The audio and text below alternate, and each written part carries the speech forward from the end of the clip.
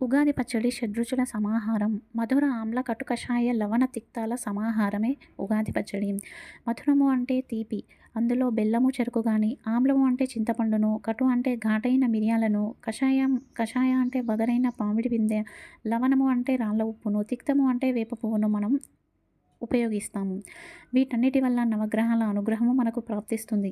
ఉదాహరణకు తీపి వల్ల గురుబలము, చింతపండు వల్ల శుక్రబలము, మిరియాల వలన సూర్యబలము, రాళ్ళ ఉప్పు వల్ల చంద్రబలం, వేప పువ్వు వల్ల శనిబలం మనకు లభిస్తుంది.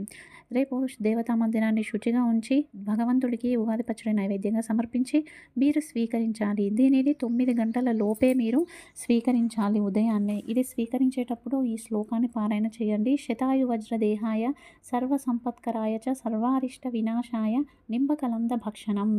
ఇలా ఈ శ్లోకాన్ని పారాయణ చేసి ఉగాది పచ్చడిని స్వీకరించండి. తప్పకుండా ఈ సంవత్సరం మీకు బాగుంటుంది.